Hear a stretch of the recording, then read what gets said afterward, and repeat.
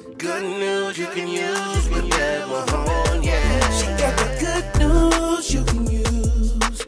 Good news you can use. Welcome to this edition of the Boomer Beat. I am your host, Beverly Mahone, and as you may or may not be aware of, October is Breast Cancer Awareness Month. And another fact that you may not be aware of is that breast cancer is the most common form of cancer in women. So today we are going to talk about not a one-time survivor or a two-time survivor, but a three-time survivor, which is just absolutely amazing. We could probably talk all day about this, but it gives me great pleasure to introduce and welcome to the Boomer Beat Tallulah Anderson. How are you? I'm fine. Hello, everyone. All right, and I have to say, first of all, thank you, Marva. And because it was through Marva, someone I know from the past, and Pam Purifoy that I connected with you, which just goes to show you how small the world truly is. Right. All right. So tell me your story. Let's talk about how old were you when you were first diagnosed, and what were the circumstances? Okay. So I was diagnosed at age 37. And I actually found my own breast cancer by doing self-breast checks. So it was approximately about 4 or 5 years after having my son, having given birth to my son, and I was doing a self-breast check, and I felt something that kind of like was a small lump, and it kind of moved around a little in my left breast. And I was like, that's different because, you know, I knew my normal, right? And I knew that had to be something that was, you know, abnormal. I did breastfeed, but, you know, it had been a couple of years, so I didn't think, you know, it was still something from that. So the next time that I actually made an appointment with my physician, my gynecologist at that time, and mentioned that lump. And there, you know, he did an exam and then recommended that I have. And then when they did go and take a biopsy, that's when I was told, hey, we got some good news and some bad news, right? So I said, okay, what's the bad news? The bad news was that I had breast cancer, but the good news was that it was found early. It was stage 0, and that meant that I had some areas on my left breast that they found cancer cells, right? And there was concern because of my family history. And my family history is that my mom and my dad both had breast cancer, and an older sister was diagnosed with breast cancer. My mom died from breast cancer when I was 10 years old. And my dad died from breast cancer 2 years after my son was born. So that was in 1994. And so here we are, you know, bring the clock up, and here we go with this diagnosis. And so what happened there is that I received a left breast mastectomy, and, you know, got reconstructive surgery, and was good until 2 years later, you know, doing a mammogram on my right breast. They found another area with cells, but it wasn't like the left. And the reason why I had a left breast mastectomy, and usually with stage 0, they would do a lumpectomy. And that means that too, the type that breast cancer that was diagnosed was in stew. So it was located in the nipple area. And they usually would do like a little biopsy, but because the left breast had several areas around, they did the recommendation was the mastectomy. So this time around, I did have a lumpectomy, and they did radiation, and I was fine and good, living my best life for close to 15 years until, again, doing a self-breast check on my left breast. Remember, I had a mastectomy over there. I felt a lump, and I was like, this is odd, because, I had everything removed supposedly out of this breast. I had an implant there, but I started thinking, well, maybe it's something with my implant. It's, something hardened or whatever. Never in my mind did I think that it would be breast cancer again. And lo and behold, went in and they did a biopsy. And this time it was stage 2A. And what it was is that there must have been, still in that skin area, because it came on my incision site. There still probably was cells there, and that's where, the reoccurrence happened. And so at that point, they were able to remove that, and the recommendation by my oncologist was to have that lump removed.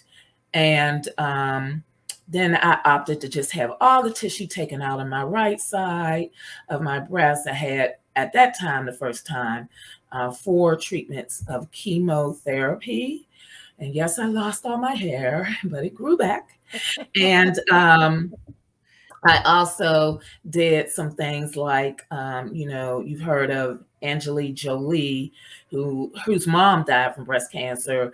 And so she, decided to do some preventative things based on the fact that she had genetic breast cancer. She was genetically tested and found to carry one of the BRCA gene mutations.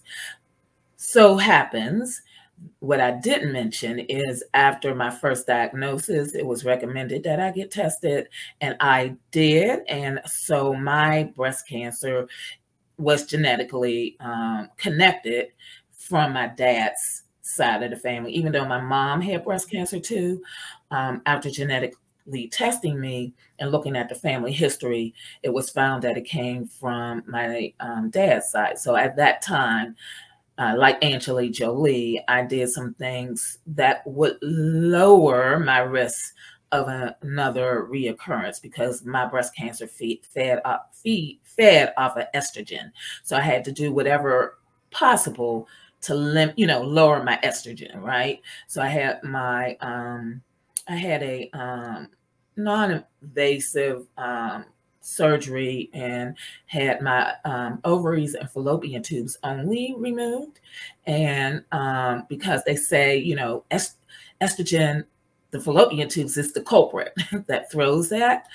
And then I was put on a 5-year medication. It's a medication that you may have heard of, tamoxifen. So mine was called Anastrozole, and it also is a preventative drug for breast cancer that you're either put on for 5 to 10 years or even longer. For me, it was 5 years, and they do that based on certain scores, etc.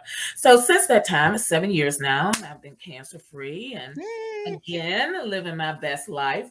But within the scope of everything I just said, I launched my own organization. Yes, that's correct. And it's 2 for 2 boobs. I love that. 2 for 2. But let me ask this question before we talk about your organization. When you were diagnosed at the age of 36, had your mother already been diagnosed and your father? So yeah, they were both deceased.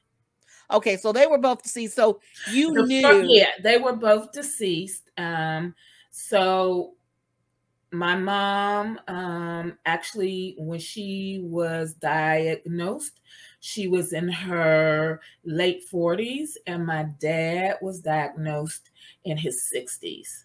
Okay. But my older sister, she was diagnosed with her breast cancer at the age of 40. And she is currently close to 30-year survivor.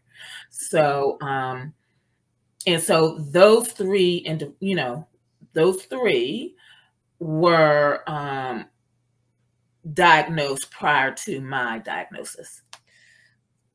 Let me ask you, why do you think, well, I don't know if the question is why do you think, but well, I'm just going to ask it and you tell me whether you agree with it or not. Why do you think that Black women especially are kind of shun away from the whole mammogram? What is that about? I think it's just an educational well, it's a couple of things. One is being educated, right? Some women just, we're so busy, we're working, we have kids, we're doing so much. I don't feel like going in there and having to deal with this, or I don't have a family history, so I don't need to go and get a mammogram. And that's where that education part comes in. And or just afraid, just saying, I don't want to know. I've heard women say, hey, if they do find something, I don't want them to, I don't want to have to deal with that. And also, just going through the process of having to go and have them squeeze you down, everything that they do to you when you go to, get a mammogram. So I think those are some of the reasons why, some women shy away from, going to do that, as well as the exposure, to, the mammogram machine, and, and that's where that education comes in as well. So for me, it's a lot of the education around, how harmful a mammogram could be and to you, your health, as well as the importance of why, because the why is early detection saves lives, right? The earlier it's found, the more chances that you'll have really positive outcomes, like me, because I'm still here. My mom, I'm not sure what stage she was found in, but I believe that my mom was a late stage, probably 3, right? I was young, and she hid her, diagnosis to us. Actually, one of my sisters saw her changing and saw that her skin, was burned, probably from having, radiation treatment. And she was like, oh, don't tell nobody, didn't want to talk about it. So I don't know what stage she was found, right? Wow. But I do know the earliest, which most times a mammogram can, pick it up, sometimes not, dense breasts. A lot of Black women have dense breasts. It's harder to detect from a mammogram through dense breasts. So that's why there's laws now that if you have dense breasts, the recommendation is that you be allowed to have a MRI or sonogram to, be better to see within your breast, to see what's going on. This is so interesting. When I was younger, I used to believe that, well, because my breasts were small, I'll never get breast cancer. It's only the women that have the big breasts because they've got all of that tissue. And I mean, I really believe that. And until someone I know who had breasts that were my size got cancer. Right. And, then that changed my whole perception. Right. And people got to realize too, men get breast cancer too, and they have breast tissue. And breast tissue is just not here. It's here under your arm area, up into here. So, it's not just the breasts, right? And I was one of the people that had very small breasts until I had, my implants. But yeah, and so I've heard that before. So that's why I say there's a lot of myths, and that's where the education part comes in. And really, when we talk about my organization, it's about knowing you're normal and starting early. And I had mammograms earlier than other people only because of my family history. And knowing my family history and sharing that with my physicians allowed that to happen. So that's why it's important that you have those conversations and don't hide things from your family members. And it's not just breast cancer. When I'm talking about your family history of cancer, it's all the history of your any cancers in your family. And again, only a small amount of us,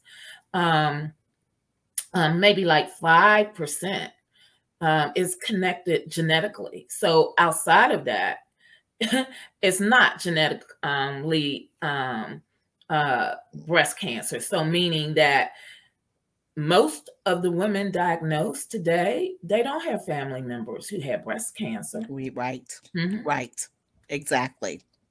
So speaking of starting things, we kind of went down a different road, but let's come back to the starting things. Okay. Your 2 for 2 boobs. What gave you the idea? Because it wasn't that initially. You had called it something else. Yes. And then it transformed into 2 for 2 boobs. Yes.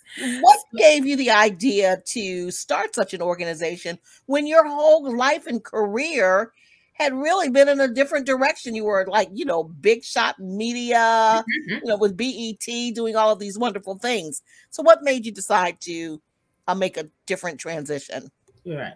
So that's where it came from, working for BET, even though I was on the corporate side, handling advertising and local advertising and part of, planning some of the events and marketing.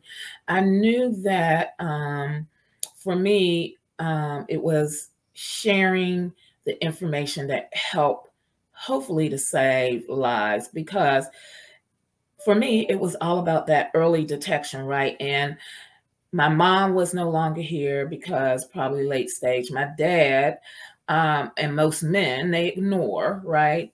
They're like, so wait. And so by the time they go in, it's either stage 3 or stage 4. And for men, it's more aggressive. So meaning, like I mentioned, the estrogen, the growth goes quickly, right? So I knew I wanted, and I never did not share with people about my diagnosis. So people knew, at BET that, I had a mastectomy, etc. I came back and I actually did like an event. They let me do it at one of the restaurants that was opening at that time, BET Jazz. I had something there. And my organization, it was like, I wanted to be able to make it a network. I got stuck on that word, network of friends, right?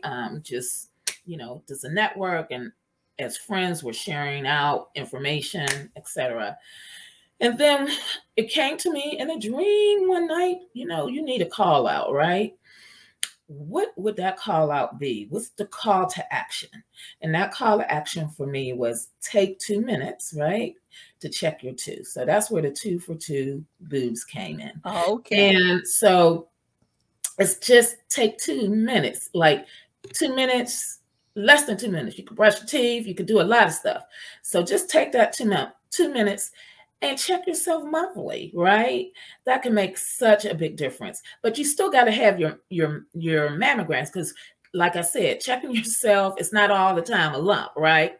But at least get in the habit of doing that and know you're normal, so that, like me, when you do notice something that's not right, you ask about. Most of the time it's benign, it's nothing, but I'd rather know early so I could do something about it than later. And they have so many new and different things now than they had when my mother was diagnosed, my sister was diagnosed, to where I was diagnosed even 7 years later, right? And even today.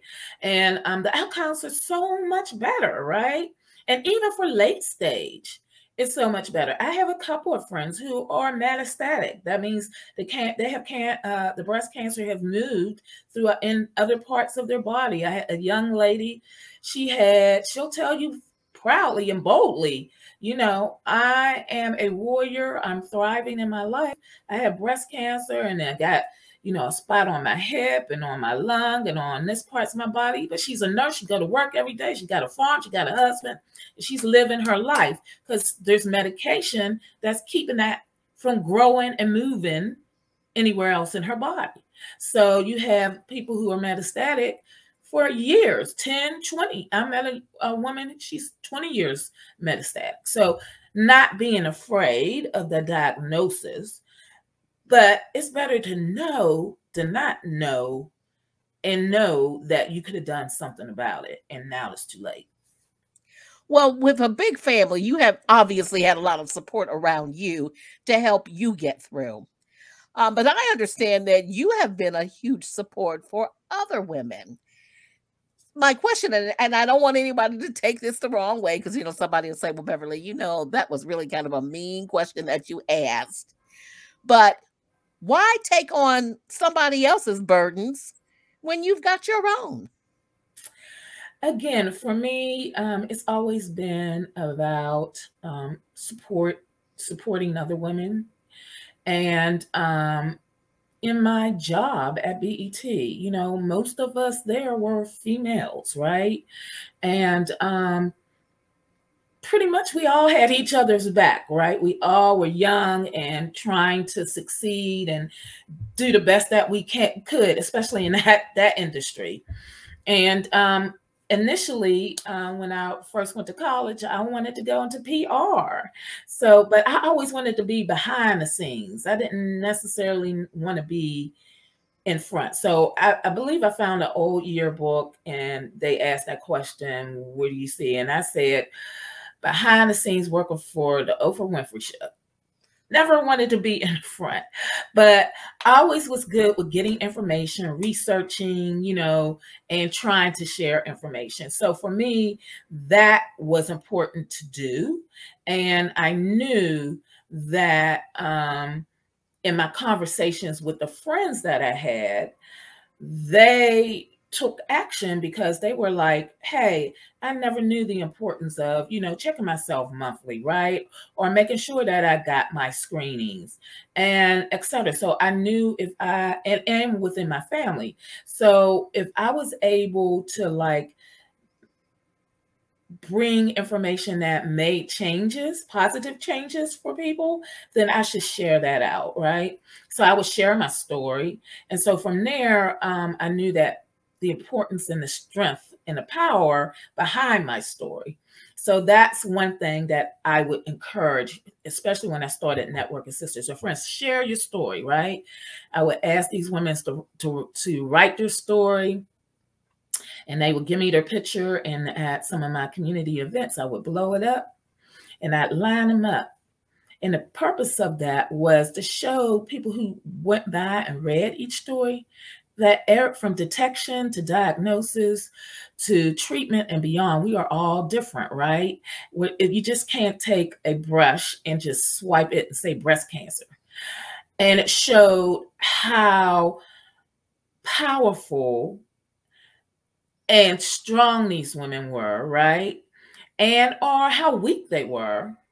But those who are now surviving, right? Survived through that, now to be thriving where we are now.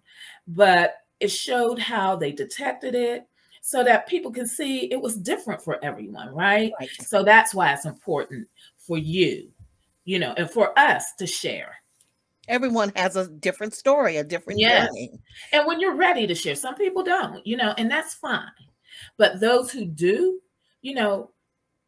that's our advocacy. So that's what it started from. My story was my advocacy. And so I wanted to empower other survivors to do the same and to realize that how powerful, and it's healing for us. It was healing for me to tell my story. And for those who do, they say the same thing. Some people, it's too emotional, it's triggering, and that's okay. However, they support and do things in other ways. So for me, like you said, that's why. That's my why. That's your why. So even though you say that you wanted to empower yourself and you encourage other women to empower themselves, Was there ever really a point where you got so close to the breaking point? Because, one time is one thing. 2 times, okay, I'm starting to crack a little bit. And then 3 times, it's like, oh my God, why are you doing this to me? So did you ever get close enough to get to the breaking point? You know what? I think for me, it was kind of different because of my family history.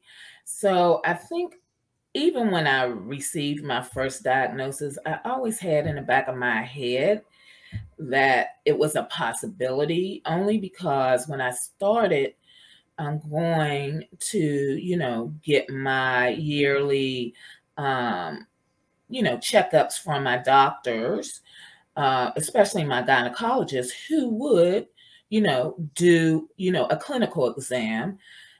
I had some good ones who actually took time to ask me about my family history. And I guess I was kind of lucked out. And they told me my chances based on that family. Even before getting genetically tested, they did know, if you had a sibling, a mom, or, first relative who had breast cancer, that, and some other cancers, that was a possibility. So I guess my second diagnosis, I was like, what? Because I had the option at that time to have a bilateral, have both my breasts removed. But I wasn't feeling that. I was like, no, I want a left breast.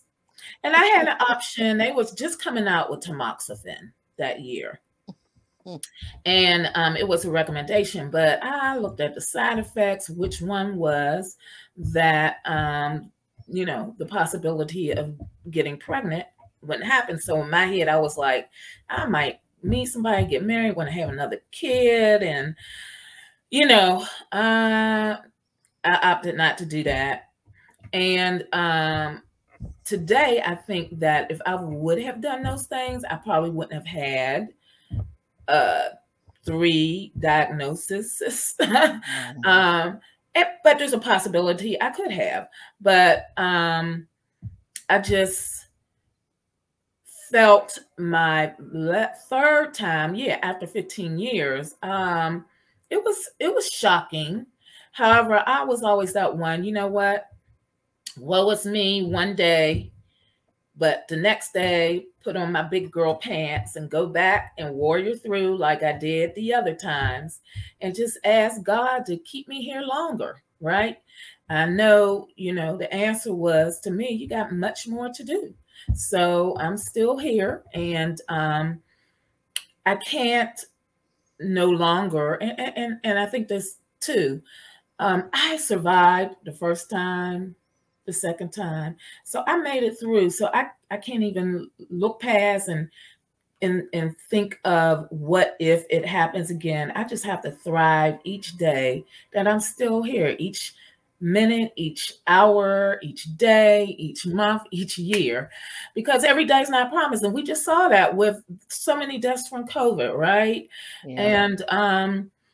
And just, so many things can happen. So I'm just thankful and grateful that I am still here. I'm still alive past the age of when my mom died. And I haven't even mentioned that, I think I told you, or in my bio, I have 7 brothers and 3 sisters. So all of us should be genetically tested, right? Some of my siblings have, and some of my siblings, I have another sister who was diagnosed 2 years after my last diagnosis. And for the first time, one of our, my nieces and nephews, her daughter, and we all 3 were genetically tested. We have that same BRCA2 gene mutation. And just, everybody's born with BRCA2 or BRCA1, some BRCA gene. But unfortunately, some of us have a mutation. Mine happens to be BRCA2. I have a brother who was diagnosed and died from breast cancer. He ignored his knot, even though he knew my dad had cancer. But I read something he wrote, where he said, I knew my dad had cancer, but not breast cancer. So in my mind, I'm like, did we talk about it as a family? Or was that something like secret? Because men are funny about that, right? And then I have another brother who was diagnosed recently. He's in treatment, but it was early, real early. And my other siblings know, I have a sister that doesn't have the gene. So I want to say, even though you have the gene, doesn't mean you're going to get breast cancer or any other cancer. You just have a higher chance. And I think that there's things that you can do to lower your chance. So on top of that is, I think, environmental factors. There's factors that's associated to other diseases like obesity, underlying conditions that makes your chance of having cancer, getting cancer, or even, breast cancer or any cancer higher chance to do. Certain products we use, certain things that we should eliminate from our diet like I said, the hair products we use. So there's some things you can do to lower that risk. And then there's things that are outside of what we can do. Well, in the time that we have left here, and this has just been a wonderful conversation, tell us how we can reach out to the organization, volunteer, donate, whatever it is that you might need. Sure. So again, my organization is 2 for 2 Boobs.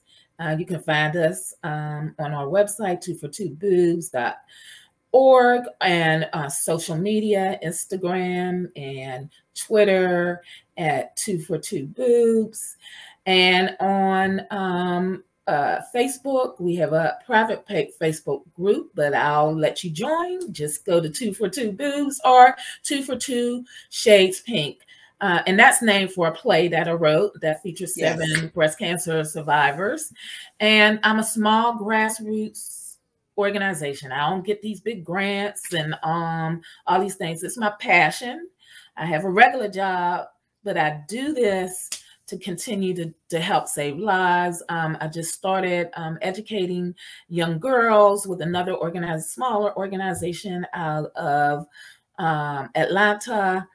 We kicked off a big initiative to get women and men to learn about risk and how preventative measures that you can do. It's centered around eating more healthy, exercising, right?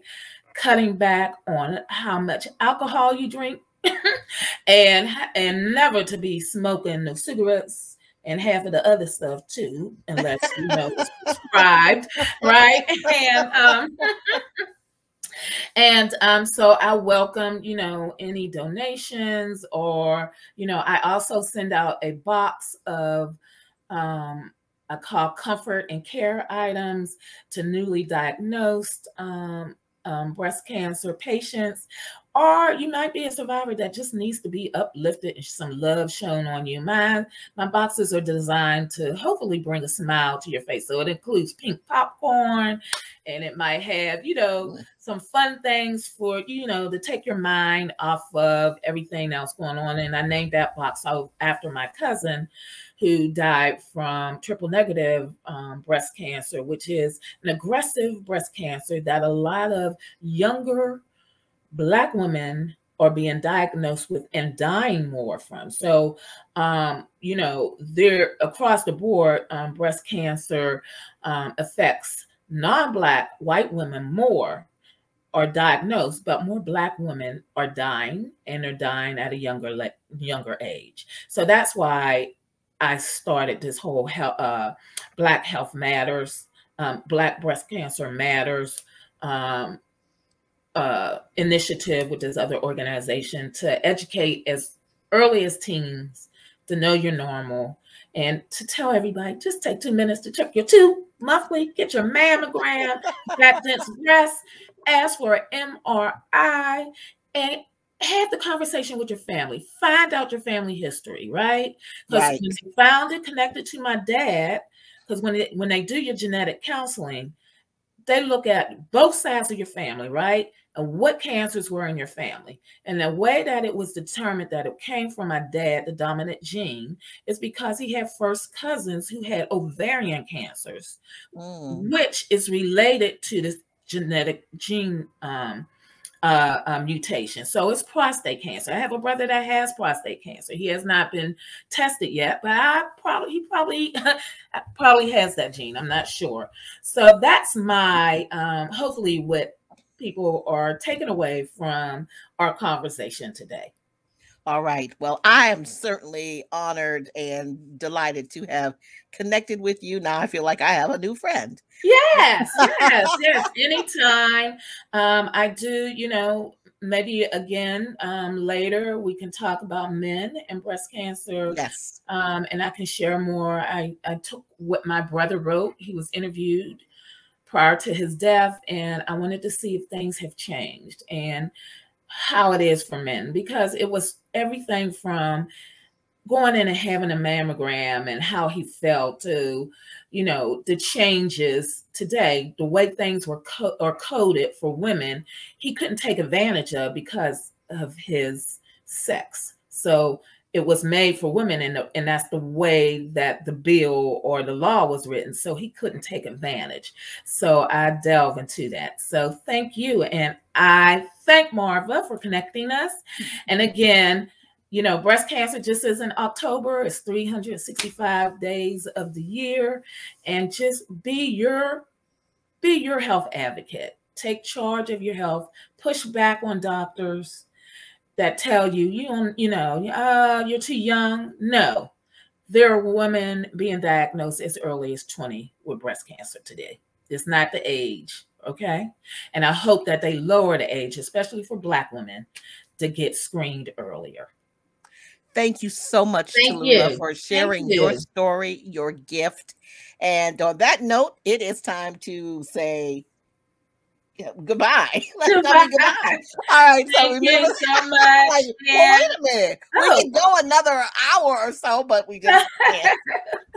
All right. I appreciate it. And I appreciate you wanting to share with your subscribers. And if you're not a subscriber, please follow. And I'm going to share this on my page. So I want to make sure that they subscribe to your YouTube channel and any other way that your podcast is out here. And I thank you again. And again, thank you for supporting and wanting to bring, survivors on to share their stories. Absolutely. Absolutely. All right, folks. Well, listen, thank you so much for tuning in to this edition of the Boomer Beat. And remember this, you have gifts to give the world. So find your own unique voice and prosper. Oh, I love that. Prosper. Goodbye. Bye-bye now. Good news you can use for your life.